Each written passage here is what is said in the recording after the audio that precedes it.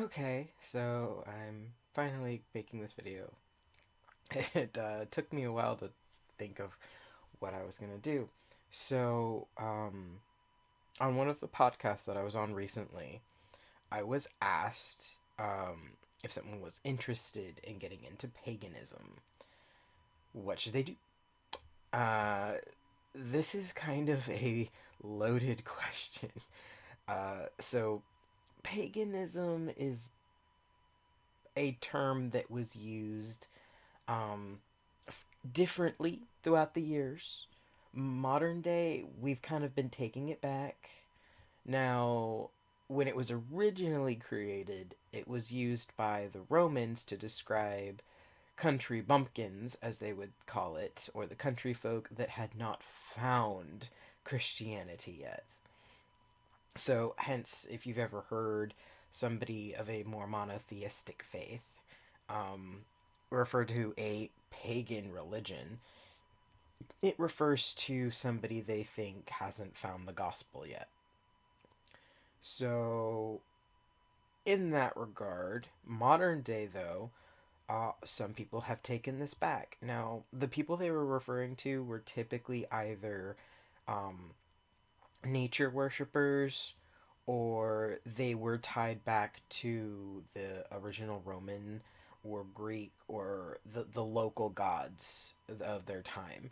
Unfortunately, over the years, with the rise of the Holy Roman Empire, there was a lot of squashing of anything they did not believe was the true religion. I'm trying to be as politically correct here as I can because I do acknowledge that as an omnist, this is kind of a touchy subject for me. I do see people who genuinely have true faith with Christianity, with Islam, with Judaism. All these things, they are not false. They are not false religions. There are only false prophets that are telling them false doctrine. Um, I hold true by the as long as your faith does not harm you or someone else, that is good. So, in that regard, your personal spirituality is between you and the divine. It shouldn't matter what someone else's life is doing. You can't force that down their throats and they can't accept something that they don't believe, so I digress. Um, the purpose of this video is to give an understanding of how I came into my path. I like to refer to it as path versus religion or spirit because it's more of a spirituality. I don't consider myself a religious person. I consider myself a spiritual person. Spirituality is a personal relationship with the powers that be or the divine or something bigger than yourself. It's a personal experience. Nobody can tell you or dictate to you what that is. And it's one of the biggest reasons why this video was so hard to come up with. Now, when I was first coming into my understanding, I'll be honest. I often tell people it was my sophomore year of high school, which is when I finally got to approach somebody about polytheism. But in reality, it started when I was a child, and I would sit in my window and I would look up at the moon, and I felt something. I felt drawn. You can call me a selenophile, you can call me a L'Orealite, you can call me whatever you like. That's I felt drawn to the moon. Moon myths from around the world always drew my attention. I've always felt very closely to the lunar cycles. I would get really big highs when the moon was present, and then I would be really sad when I didn't see the moon. So I suppose you could always say like the moon and I was my closest friend. I felt I could always turn to the moon. I could talk to the moon, the man in the moon, the lady in the moon, the rabbit in the moon. Um, all of them were very very dear to me, and I felt a connection there. Now this evolved further into um, some experiences that I still can't quite explain to this day, where I genuinely felt I had been visited by divinity that was trying to comfort me in my loneliness as a child. Um, Probably because it sensed my longing and my belief in the moon. So they say that children actually have the closest connection to the divine because you have the most innocence looking forward into life. So from there, I kind of was like, yeah, I don't really follow this Christian faith that my parents are so dedicated to. Like, I tried so hard to believe it, but I never did. So what I'm going to do in this video is I'm going to speak to my personal experience. Yours can be completely different. If you identify with what I'm talking about, like you just don't feel it, use this as a springboard. um, because that's the big thing when it comes to faith. You'll believe it. You're not going to need convincing. You'll feel it. Um, so like I've mentioned in some videos before, when I was reading in the encyclopedia, ironically, I found the Greek god Phanes, and that was how I was really coming into connection with the idea of intersexed, of more than one sex, that it's actually a sacredness to it. And I found that my personal identity that I'd struggled with, that I had no validation living in my household at the time, that I found it in my spirituality. So again, this was a budding sense of, it felt sacred to me. And then here I am in public school now, and I have met some great friends who led me to my now wife, actually. Always grateful to my twins. Um, I actually sat down and was chatting with them about. So I heard you mention like paganism. What is that exactly? Because I'd heard, my parents talk about pagans and pagan faith and things like that, and she was like, "Oh yeah, I could totally talk to you about it."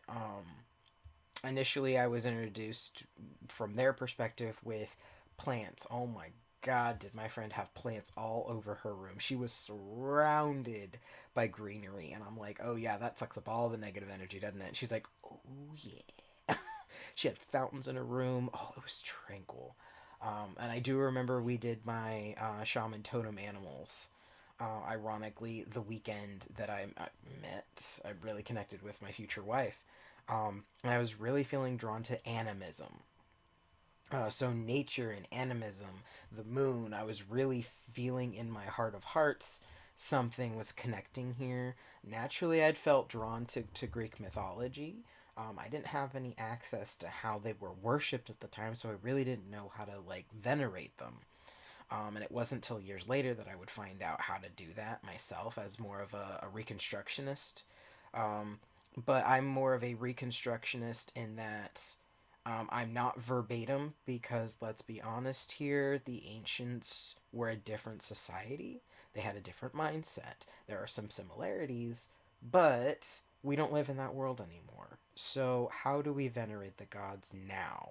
That's the kind of reconstructionist I am. So, if you're wondering what these terms mean, um, there's a lot of things in polytheism that are worth exploring. I don't want to just, there's so many videos on how this works. One of the people that I'm going to recommend highly, because I respect him so much as an academic polytheist, he identifies more with hedonism, which is actually the faith of the Vikings, where you've got like Thor, Freya, Odin, Loki, which ironically I actually have kind of felt drawn to in the past. Uh, of all things, Freya and Loki, of all things. You'd be surprised. Loki is not what you would think, based just solely from Marvel. It's great and adaptation though. But if you really want to follow Ocean Keltoy. I'm gonna link his YouTube channel here. If you're gonna check him out, please start in his early videos if you really want a good foundation. His recent ones, they're great if you really are gonna be wanting to get into hedonism, but his earlier videos really broke down the differences in faiths and religions, and you might find something that you connect with. Now, I don't necessarily agree with how he sees omnists. However, if you're not an omnist, I feel like that's where the disconnect happens. You don't understand omnism, the truth in all faiths. You don't grasp it unless you are yourself. So I can respect that. Um, but one of the books that my wife and I were very drawn to, that he referenced for us, was The Case for Polytheism by Stephen Dillon. Now, this is a really good book if you want a breakdown of how somebody acknowledged how people can identify with Christianity, with Catholicism. Like, there's lots of theology that goes into that religion, but he decided that he wanted to make a case for polytheism. Now, polytheism is more than one god. Obviously, it's those pantheons you see around the world. Different cultures had their groups of gods. That is what polytheism is. Now, this book you can find on Amazon. This is where we got it. Um, but you also can get it in digital format as well from Amazon. Again, it's The Case for Polytheism by Stephen Dillon. I'll reference it in the comments, or in my description below. If you're interested in it, it's a really short read. I mean, literally, look how tiny this book is. So if you're interested in just seeing like definitions, if you're that logical person who wants to see like the dynamics of how this can work, it's a great breakdown. If you're looking for more of an analytical approach to what polytheism or paganism is. Now, for me, when I was getting into it myself, there were some books that I found that we still have in our house, because you will do a lot of reading. But that is one thing I will tell you, is that there's not really a set rule of thumb to follow. You're gonna do a lot of research though, because most of what we believe in was nearly erased, so we're piecing it together from clues in history. But it's there. The fact that it's still there and has survived is a testament that this is a true faith that still exists. A lot of people will say it's a dead religion. It's not, because it wasn't a religion. It was a way of life. So, again, this is going to be a personal experience for you. Um, and like I said, I'll give you what I know and what my wife and I have referenced to try and find, and flesh out our baseline, our foundation. Now, if you're really leaning toward witchcraft, which paganism and witchcraft are actually different, they are not the same thing. If you want to think of a witch, witches are looking to manipulate the world around them, to understand it, to draw strength, to draw resources within themselves and commune with the world. Like, you have an objective that you want. You're putting your intention out with your spells, with your intentions. Your willpower is going out into the universe. If you're looking for something like that, um, there's an organized version of it. It's called Wicca. I'm sure you're familiar with that, but it is not the same as being necessarily a witch or a pagan. They are not. They're not the same thing. I want to make that pretty clear, because some people get a little butthurt over it, and I don't want you to get in trouble. I don't want anybody to get jumped over it. But To Ride a Silver Broomstick, by Silver Ravenwolf. This is an amazing author if you're really looking to flesh out how to understand the sabbats and the esbats. Now, sabbats are, the easiest way I can describe this is the solstices and the equinoxes. Um, and then there's some in between, but these are sacred times of year. The the circle. If you're familiar with like Yule, Ostara, Beltane, like Samhain, Halloween. That's where this comes from. It's from the wheel. This is a great foundation that we always reference people to whenever they're trying to figure out if they want to get into witchcraft. Because witchcraft and paganism can go hand in hand, but again, they're not the same thing. Witchcraft is more of an applied, if you want to think of it as an applied science, whereas pagans tend to be a little bit more of like an applied art. Um, I love to always toot the horn that if you love science, think a witch. because they were the first ones that were fleshing out sciences and things like that. We wouldn't have modern day biology if it weren't for a lot of witches, because they were the ones dissecting it. They were coming up with the first medicines. Alchemists and other witches were the first apothecaries that were the first pharmacists. So again, if you like science, then go witch. Please give them the respect they deserve. Um, so yeah, again, To Ride a Silver Broomstick, um, by Silver Ravenwolf. Again, I'll put a link in the description. I believe it is. There's a new edition that's available on Amazon. We've had that for like decades. um, but yeah, that's a great introduction if you're looking to get more into witchcraft versus just following like nature worship, things like that. Now, if you're looking into more of a holistic understanding of paganism, this goes into like India and Asia. One of my favorite books I've ever gotten um, is the Book of Chakra Healing by Liz Sampson. This is in digital format as well.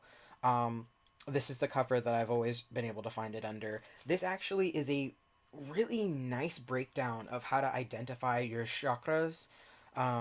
That all of your center points, they align with which organs, which emotional connections you have to your chakras. Like if you've ever heard, find out what you're feeling and identify the chakra that needs to be worked on.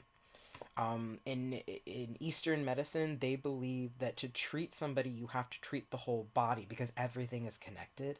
As somebody who struggles with an invisible illness, I've actually found a lot of relief in the treating of the whole body, not just a symptom when you can't find it. Now, my wife actually is a level 1 certified Reiki instructor, and a lot of what we've learned from her understanding ties right back into our faith. So again, this is something that I highly recommend to people who want to get into Eastern polytheism, because that's a lot of it isn't rooted in gods. Like, yeah, you've heard of Hindu or Buddhism, things like that, but a lot of it is actually the connection to, like, with the Tao. You've got the Tao is this energy that flows through all things. And it's not even really energy, it's this essence that flows and causes things to move. I love to relate it back to, for some people, they might understand the Force from how they tried explaining it in the prequels. Um, but the Force is in all things. It gives life, it gives motion, it is the reason things move. It is neither good nor bad, and we just learn to commune with it. This is the Tao. Again, as an omnist, I've studied different faiths and religions, and I'm fascinated by how there's a common core truth in faith. Um, so I highly recommend checking out different forms of paganism, of polytheism, of different cultural faiths. Look into them, see what calls to you. But again, I'll make sure that I have the Book of Chakra Healing by Liz Sampson in the description as well. And then there's two other books I wanted to reference before I got off. One of the things that I was very drawn to, because as a child I had nightmares a lot. If anybody's familiar with dream interpretation, I do have a connection to universal subconscious. I do believe that some of us share a common experience from that. Um, I've always been very drawn to the Dream Dictionary. This particular one is the Tony Crisp one. It's an A to Z guide to understanding the unconscious mind. If you think of dreams as your unconscious brain trying to communicate messages to you, language is a construct that we've evolved to develop, but dreams is this universal language that comes to us in images. It's fast. If you really want to get into like psyche and like things like that, that's a whole other fascinating topic. As a writer, I love it. um, but yeah, if you're interested in Dream Dictionary, we got this at Barnes and Noble. But I'm fairly certain with this being a revised 10th edition, you're probably going to be able to find it on Amazon. Again, it's called Dream Dictionary by Tony Crisp. I'll make sure it's in my description. Um, the last one I wanted to show to you is Not all paganism draws on pantheons. You've got, for me personally, if you couldn't tell, sometimes I'll have this necklace that I wear. This is my dragon pearl. I've actually had several people identify it as soon as I walk in a room. They're like, "Is that your pearl?" And I'm like, "Oh, how did you know I was a dragon?" Dragons have always drawn to me. My very earliest memory was actually a Figment the dragon from Disney when I was 9 months old. I find it fascinating that I remember that. But ever since I've wanted to learn more about dragons from around the world, the lore, the myths, the beliefs behind them. It always bothered me that like everybody automatically assumed that they were evil, and I'm like, how can something that majestic be actually evil? I feel like you're just hunting, and they're older than us. They have to be. And then one day, here I am doing some research on my own, and I feel a click in my brain, which led me to find this book, which is Dancing with Dragons by DJ Conway. This is a very near and dear book to me. Now, the reason that I wanted to share this particular book is because not all of our references are going to be immediately like you have to follow everything the book says. Again, this is a personal experience. The authors that are writing these books are sharing their experience as connecting with the divine. It's not going to be your experience. However, you can use it as a springboard to find yours. That's the beauty of your pagan faith. That's the beauty of your pagan path, of your polytheistic path, of your spiritual journey, is that you're going to be reading and researching what your predecessors have done. Like in ancient times, you had a master who would teach this to you. We don't have that, unfortunately, now. We do have some elders that are trying to pass it down again now that there's been a resurgence going on. But for the most part, you're going to be doing some research on your own. Now, fortunately, we do have more options than just cracking a book open, because that is a little daunting. There are ebooks that are available. I personally struggle with ebook. I haven't had much success with audiobook because I get bored easy, um, unless it's more engaging. Um, but like I said, Dancing with Dragons is specifically about Conway's connecting with dragons. She references her dragon guardian, her little, it's like the size of a cat that just plays around, and she senses their presence. Um, for me, when I was actually going through this, I connected the elements to different dragons, and I felt a connection to like the cosmic vein, like where energy flows throughout the universe. Um, Dragons to me are incredible. I also feel drawn to the veins of the cosmos through the world tree. I've noticed that there are world trees throughout the world. So, guess there's some significance to that. A lot of religions have a sacred tree that started everything. Um, and I feel that if you go back to some other cultures, they connect worlds. Yggdrasil, I mean. Um, I get into that some in nature calls. Like I love these different myths and lore, and I want to like revive them a little bit so that people can understand them. Um, that might be something that you might find interesting, like reading my works. If you happen to be like, "Wow, I'm sensing your spirituality in here," like I'm trying to share with you what this life can look like. It's not as much as I appreciate the medium that's been given for paganism and witches, it's not very realistic. And I really wish it would stop like intimidating people into thinking that this is what it has to look like. Um, so in picking up a book like this, what you'll do is you'll read it, you'll appreciate what they're saying. You might not agree with it all, and that's a thing. However, there are going to be certain practices that you might pick up. Like I learned how to engage with dragons, how to call upon dragons, and I've actually been very successful. I have my own guardian, yeah.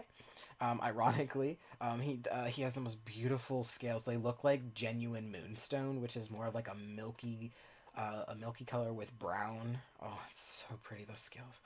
Um, but yeah, when I found Yue, I was ecstatic. Um, So yeah, there are certain things that you're going to pick up on because this is a shared experience, it's a shared subconscious. We all have some kind of connection to the divine. It's just how it comes to you that matters. So again, I'm going to try and reference these in the description below. If for any reason you've got some difficulty finding something, or you have questions, drop a comment below. I'll see what I can do. If you'd like me to make a future video on something more specific, I'll do my best. Like I said, as an omnist, I've researched a lot of different faiths, because I love learning about people and what they believe in. I think that's the beauty of human nature. When you're born biracial and you don't really feel like you fall into a specific cookie cutter, you start looking into what made those cookie cutters to begin with.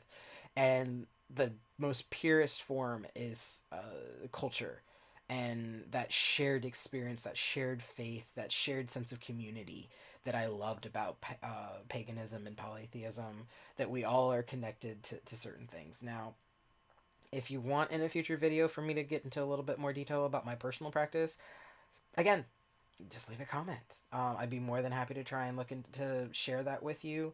If I get my wife's permission, maybe I'll be able to share our sacred spaces as well. Just so you can have an understanding how we do it. Again, this is how we do it. You don't have to do it the same way. Um, and I want to stress that. Do not feel pressured to follow what somebody specifically says. Don't ever feel like that. There is no doctrine that says you have to do that. When somebody tells you that, they're trying to manipulate your practice. Don't let somebody control your personal experience. Um, so as always, if you like this video, please be sure to like it and subscribe to my channel so that I can, find out how many people actually are enjoying this. Um, check for notifications. I am trying to do this is more of a vlog than a soapbox. So we have the soapboxes. If you like those, let me know. If you're liking these vlogs where I kind of just talk about personal things, or more real life things, let me know. I'd love to hear from you. I've seen some likes in here. I did notice some likes when I accidentally I posted a video that was supposed to go up on my Patreon, but for some reason YouTube actually listed it instead of unlisting it, and I went, oh no! So apparently some people like that content.